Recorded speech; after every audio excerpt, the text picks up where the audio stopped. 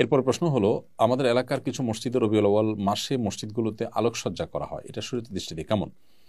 মসজিদ আল্লাহর ঘর, এখানে আলোকসজ্জা, অতিরিক্ত লাইটের ব্যবহার, পর্যাপ্ত লাইটের ব্যবহার করে যে আলোকসজ্জা করা হয়ে থাকে, এটা যারা করে থাকেন রবিউল আউয়াল উপলক্ষে ইবাদত, বন্দেগী, নেক আমল, সওয়াবের কাজ মনে করে থাকেন। নবী করিম সাল্লাল্লাহু আলাইহি ওয়াসাল্লাম রবিউল আউয়ালকে কেন্দ্র করে অতিরিক্ত আলোকসজ্জা বা এই যে আনন্দ আয়োজন যেটি আমরা দেখতে পাই আজকাল, এরকম কোনো কিছু তিনি বা তার খুলাফা রাশেদা বা সাহাবা ইকরাম কেউই করেননি। অতএব এই রবিউল আউয়াল তাদের সময়ও ছিল, নবী সাল্লাল্লাহু আলাইহি ওয়াসাল্লামের জন্মের এই দিনটি তাদের সময়ও ছিল, তারা যে কাজ করেননি সেই কাজকে যদি আমরা ইসলামের কাজ বানিয়ে নেই তাহলে সেটি বিদআতে পর্যবসিত হবে। তাছাড়া দুঃখিত, অতিরিক্ত আলোকসজ্জা এটা অপচয় ছাড়া আর কিছুই নয়। মসজিদে করলেই সেটা যে জায়েজ হয়ে যাবে ব্যাপারটা সেরকম নয়। আপনি সীমা রেখা ছাড়িয়ে পুরো ভবনকে আলোকিত করে ফেললেন, প্রতি 2-4 ইঞ্চির মধ্যে একটা করে লাইট লাগালেন। নিঃসন্দেহে ইসলাম আমাদেরকে যে মিতব্যয়ী হতে বলে, আমাদেরকে যে হিসেবি হতে বলে, এটি তার সাথে যায় না।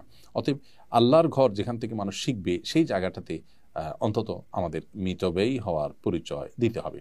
আর সবচেয়ে বড় কথা যেটি বলেছি, যে ইবাদত বা সওয়াবের কাজ নেকামল মনে করে যেটি আপনি করছেন সেটি কোরআন ও সুন্নাহ কর্তৃক নির্দেশিত না হলে সেটি কিন্তু বিদআতে পর্যবসিত হবে। বিধায় এই বিষয়টিতে আমাদের সাবধানতা সর্বোচ্চ লেভেলে থাকা দরকার। এমনি দেলোয়ার হোসেন লিখেছেন, আমি গরু পালন করি, অনেক সময় গরুর প্রস্রাবের ছিটা কাপড়ে লাগে, এই কাপড় পরে নামাজ পড়া যাবে কি না? ভাই দেলোয়ার হোসেন, আপনি যে গরু লালন পালন করেন, এই গরু লালন পালন করতে গিয়ে যদি ছিটা পড়ে, সেই ছিটা যদি শুয়ের আগার সমপরিমাণ হয়, এরকম ক্ষুদ্র ক্ষুদ্র ছিটা যদি পড়ে 2-4টা, কোনো অসুবিধা নেই, এতে অসুবিধা হবে না। কিন্তু যদি অনেক বেশি পেশাব লাগে, ছিটা নয় বরং ফোঁটা পড়ে, অনেক ফোঁটা পড়ে, তাহলে সেক্ষেত্রে সেই কাপড় আপনাকে পরিবর্তন করে বা কাপড় সেই জায়গাটা ধুয়ে, যেখানে লেগেছে ধুয়ে আপনাকে নামাজ পড়তে হবে। নাজিমুদ্দিন লিখেছেন, আমি দুবাই থাকি, এখানে মসজিদে প্রায় দেখি কিছু কিছু আরব হাফ প্যান্ট পরে মসজিদে আসেন, নামাজ পড়েন, এটা আপনি কিভাবে দেখবেন একটু জানাবেন? কোনো কোনো মাযহাবে মানুষের রান কিংবা হাঁটু এগুলা সতর নয়, যার কারণে সেগুলোকে তারা প্রদর্শন করেন। কিন্তু বিশুদ্ধ মত এবং হানাফি ফুকাহা ইকরামের মত অনুযায়ী হাঁটু পর্যন্ত আপনাদেরকে ঢাকতে হবে, রান সতর অংশ। সেই জায়গা থেকে তো গুনাহগার তারা সন্দেহাতীতভাবে, আর একটা দৃষ্টিকটুও বটে, সেই জায়গা থেকে এরকম করা যাবে না।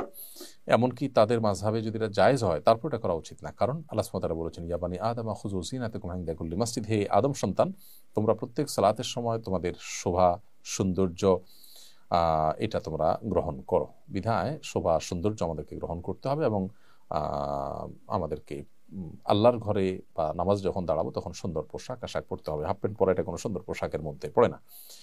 কোনো সমাজেই অফিসে, আদালতে, মিটিংয়ে, সিটিংয়ে এটা সাধারণত অ্যালাউড হয় না। নাজমুল আলম লিখেছেন, আমি একজন টাইলস দোকানদার, টাইলস মিস্ত্রিরা আমার দোকানে কাস্টমার নিয়ে এলে মিস্ত্রিদেরকে টাকা দিতে হয়, এই টাকা দেওয়া যায় যাবে কিনা? দেখুন, যদি টাইলস মিস্ত্রিরা কাস্টমার যে নিয়ে আসেন, সেই কাস্টমারের কাস্টমারকে এখানে এনে আপনার কাছে যে কমিশন নিচ্ছে, এখানে আনার কারণে কাস্টমার ক্ষতিগ্রস্ত হচ্ছে, অতিরিক্ত টাকা আপনি নিচ্ছেন তার কাছ থেকে, যে কমিশন দিতে হবে সেজন্য, তাহলে এটা তো তার জন্য, আপনার জন্য, উভয়ের জন্য হারাম। সেটা বলার অপেক্ষা রাখে না, কারণ এখানে ওই ব্যক্তিকে ক্ষতিগ্রস্ত করা হচ্ছে, যিনি এই জিনিসটা নিজে আসলে আরো কম দামে কিনতে পারতেন, ওই লোকটা তাকে এনে কমিশন নিয়ে দাম আরো বেশি দিয়ে কিনতে বাধ্য করেছে। তো আপনি তার এই কাজে সাহায্য করেছেন, যার কারণে আপনি এবং সে উভয় গুনাহগার হবেন।